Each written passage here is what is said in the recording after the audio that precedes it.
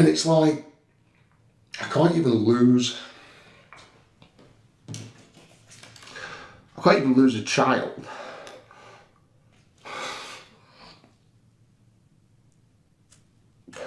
I'm genuinely sorry I upset your children. I am a human being with emotions and feelings like everybody else.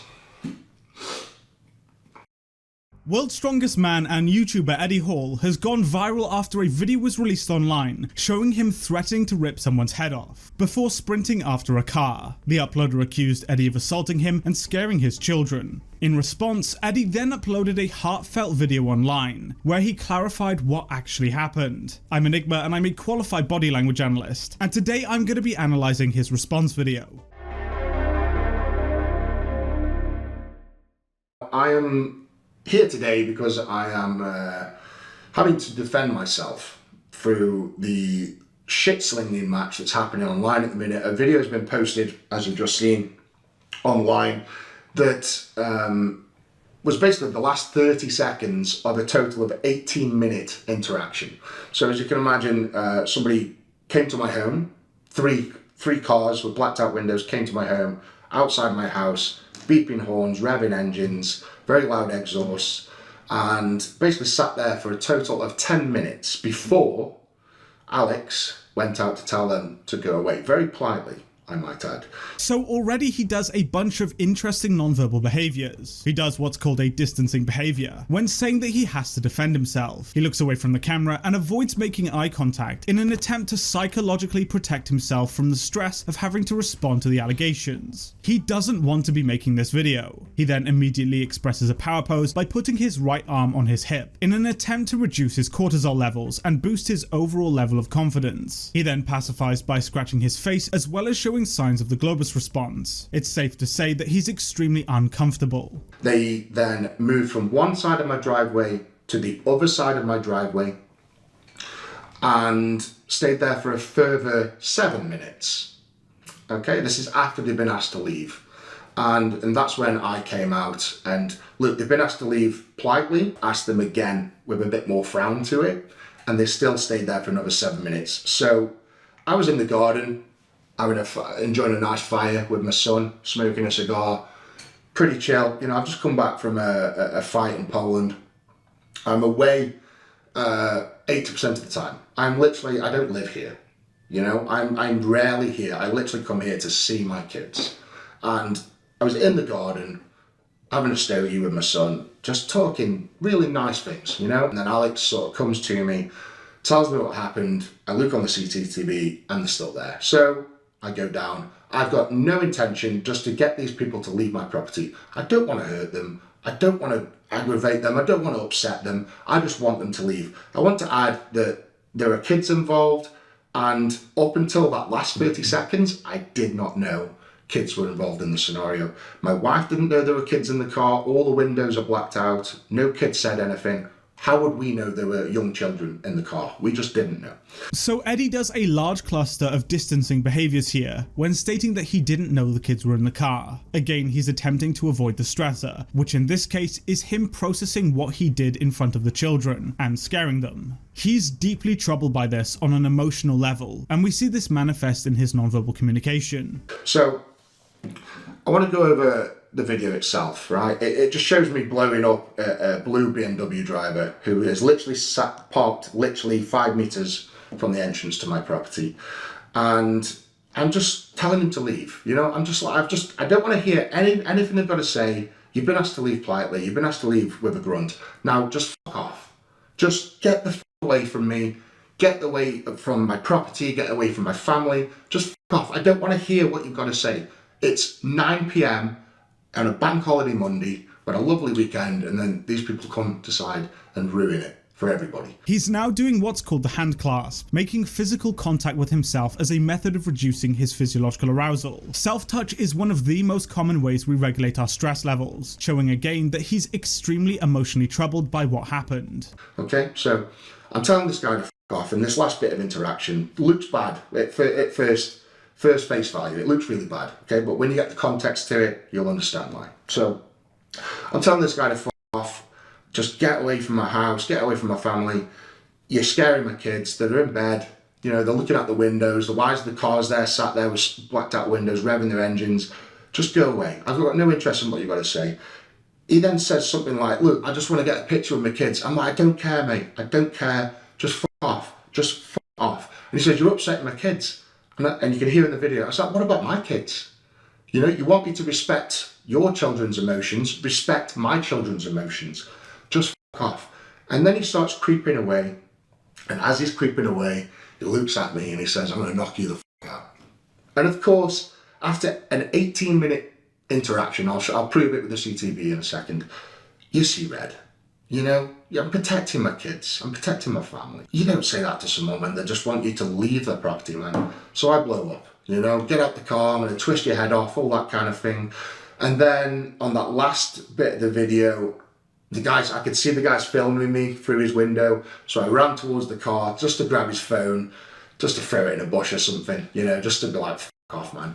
And I didn't get a hold of him. I didn't get, you know, I think I clipped the side of the door with my hand. Just didn't manage to get a hold of the guy at all, unfortunately. I love how he's being honest. It's interesting actually, as when he admits he saw red, he does what's called a smile mask. We do the smile mask as a method of venting our stress whilst maintaining a socially acceptable outward demeanour. Eddie is deeply angered thinking about the threat that was made against him, so he smiles as a way of venting that stress. The mouth tension shows that his defense mechanism has become triggered in preparation for a physical altercation. I don't want this guy to get people, vigilantes, to go into his property, beeping the horn, offering him out for a fight. He's got kids. I don't want anything to happen to this gentleman other than this response video, just to clear my name, just to squash his accusations. So this is what he wrote when he posted that video that we've just seen on his Facebook.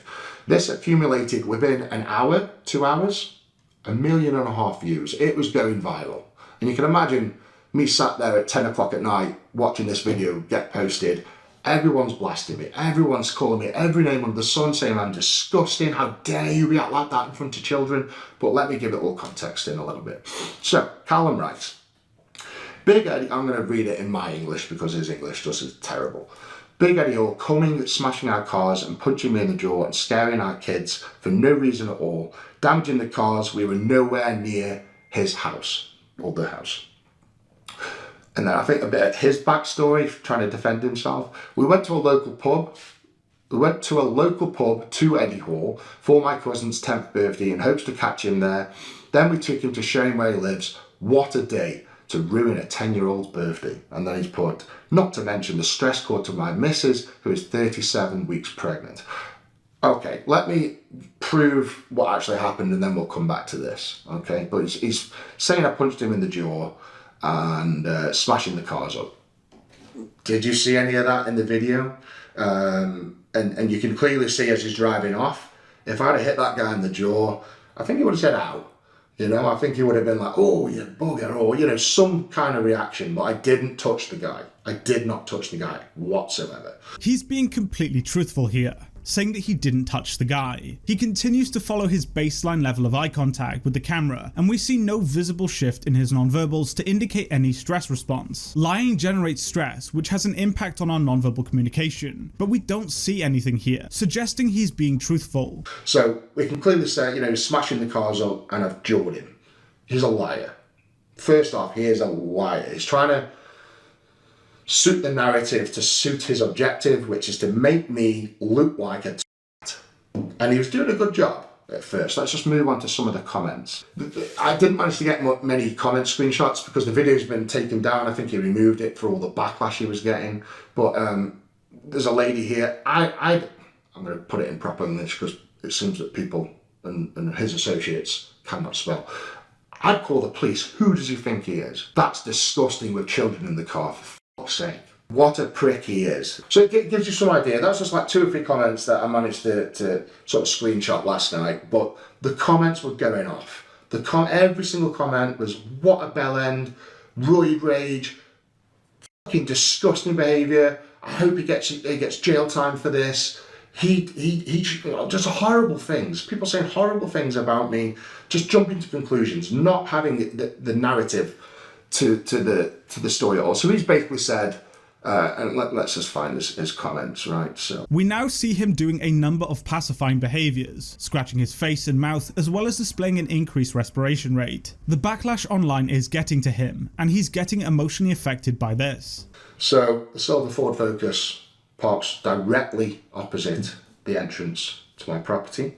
The two cars that went past turn around and come back. This gentleman decides to get out of his car, check something in his back seat. I can't see any kids there, I'm sorry. But either way, he's got smoke windows, so how would I know? Blue BMW X5 parks outside the entrance to my property. So if you wanted to get in or out of my property, you couldn't. It's blocked.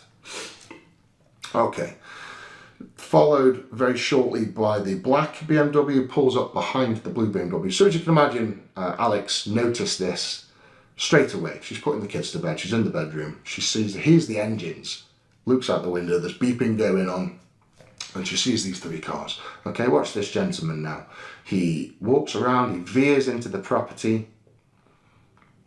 I mean, that's quite intimidating, isn't it? Three blacked out cars turn up, someone comes and looks into your property like that. What the f would you think? And so Alex goes out with the dog, rightly so. You know, three cars, blacked out windows, people veering in the gate, you don't know what the f they want. So Alex goes out with the attack dog, who, by the way, is very highly trained, and 1 point and a word, good night.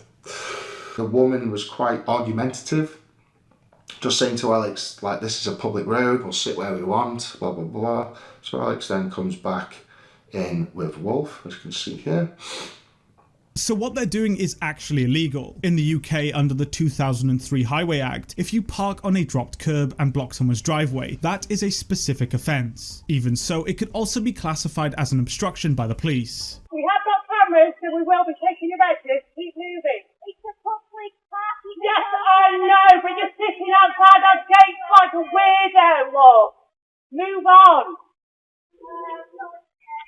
So Alex quite clearly says, we will be taking your edges, keep moving. Now look at the response here in the yellow writing. It's a public path, we can do what we want. Yes, I know, but you're sitting outside our gates like a weirdo. Move, love. Move on. Rightly so. It's f***ing weird. Who the f*** does that? Who the f*** does that? How intimidating is that? It's this that triggers me. So Alex has obviously had a quiet word down there. They've moved to the other side of the gate. She's come up. She's got more like, come on. She just wants to go in and relax, put the kids to bed, sit down, have a cup of tea and chill out. Okay, bank holiday Monday, 9 o'clock at night. What's her response? No, we'll stay. So I go down, no nonsense. I'm not there to have conversations. The black BMW in front of the blue BMW, I just go straight up to that car and I say, look, buddy, I don't care what you're here for. You've been asked to leave. F*** off. I don't want to hear it. Just f*** off. He tries to argue with me about something. I can't remember what he said, but the door opened and it was like, I was just like, mate, like second warning now. If there's a third warning, it's going to get nasty. Just f*** off. I closed his door. I then walked towards the silver car.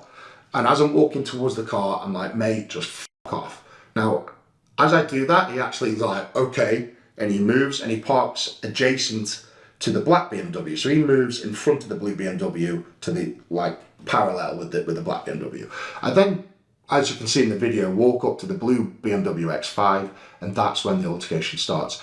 So I want to talk about that conversation a little bit, because we see more signs of the Globus response here, as well as self-regulation. These manifestations of stress increase as he begins to talk about his interaction with them, showing that he's still angered and stressed by their harassment. I just say to the guy, look, I don't care what you're here for, just f*** off. And he's like, what? I'm like, mate, just f*** off. You can see the aggression in his face. He's proper like scowling at me like, just like, how dare you talk to me like this? And I'm like, mate, I don't care what you're here for, just f*** off, just drive away, just leave me alone. He then goes on to say something like, I just want a picture with my kids. And that's when I clicked that there was kids in the car. That's the first time I knew that there was kids in the car. And I was like, I don't fucking care, mate. What about my kids getting all stressed out watching strangers lurk around their home? So I'm just like, I don't give a f***. What about my kids? Just f*** off. I think I kept saying it 3 or 4 times. Just f*** off, just f*** off, just f*** off. And then he starts to crawl away very slowly. He's got this horrible mean look on his face. And he went, I'm going to knock you out. And I just saw red. I'm sorry. I saw red. He's been at my house, he's been outside the property 18 minutes. Harassing us. There's harassment, stalking, revving engines, beeping horns. It's just, come on man, you don't do it. I was so angry. And when he said that to me, I'm going to knock you out, I was like, come on then, get out of the car. And obviously I saw red. I chased him a little bit, or not chase, I walked after him just to make sure he'd go. And then I turned to the black BMW, which is the one who was filming, Callum. Saw he was filming and I thought, oh God, the bastard. So I ran at him. I was just going to grab his phone and throw it in the bush. That was my intention. Didn't want to hurt him, didn't want to damage the car or nothing. And I ran at the car and I didn't even touch the car. It was literally like he just sped off and off they went. And then they continued filming me from up the street, saying I've upset the kids and I've tried to grab him and all sorts. So it's just bullshit, man. Like, that's the truth. That's what happened. You can see by the conversation that Alex had with them. It was just like a f you attitude. We're here. We're not leaving. Like, come on, 9 p.m. night on a bank holiday Monday. We see a bunch more muscle tension and brow tension here from Eddie, showing just how much stress he's experiencing from thinking about what happened. From my experience, he appears extremely genuine and truthful here. Well, firstly, Jade, I want to massively, and I mean massively, apologise for upsetting your children. I don't condone that. If I knew from the instance that there were kids in the car, I would not have acted that way in a million years. But I didn't know that. I thought it was 3 cars full of people just harassing me. I didn't know that. So I am sorry. I did not mean to upset your children. And to be honest, I didn't mean to upset you guys. I just wanted you to leave me the f alone. If you want to get a picture with me, I am out in the street loads, and I never say no to kids. Never. His apology is sincere. He shows brow tension as well as signs of vocal tension when apologizing, showing that reflecting on what he did causes him extreme stress. It's a heartfelt apology, and he very clearly wouldn't have done it if he knew the kids were there. What would you do? What would anybody do in my circumstances? I am only a human being at the end of the day. Okay?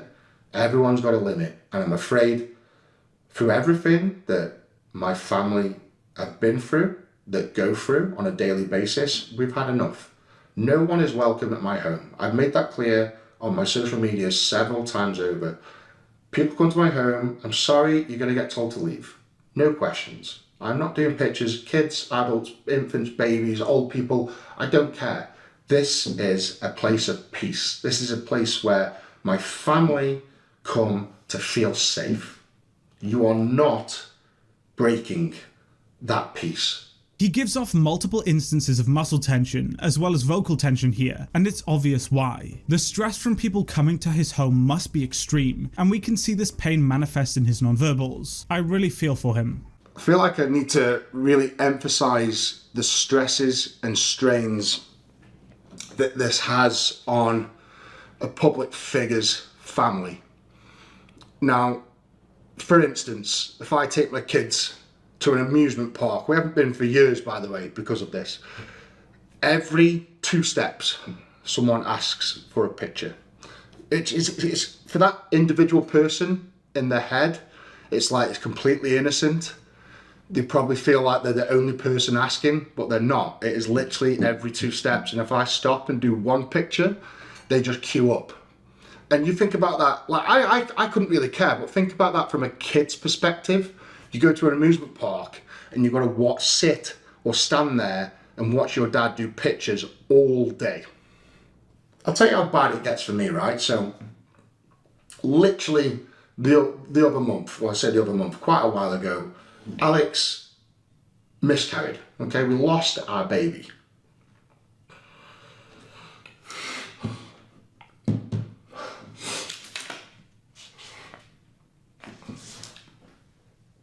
And as I'm walking out the hospital, okay, someone asked me for a picture. I said, not today, mate. Call me a prick. He went online, posted online. I said, he'll for a picture today. He's too big time, wouldn't do a picture with me. What a prick. And it's like, I can't even lose This is heartbreaking, and it doesn't take a body language analyst to see the huge impact that this has on him. We see a flurry of muscle tension, as well as distancing behaviors and increased respiration rate, all in response to the trauma he must be feeling. He also cries as a method of emotional regulation, and tears are actually used to excrete cortisol, which is a stress hormone. I can't even lose a child.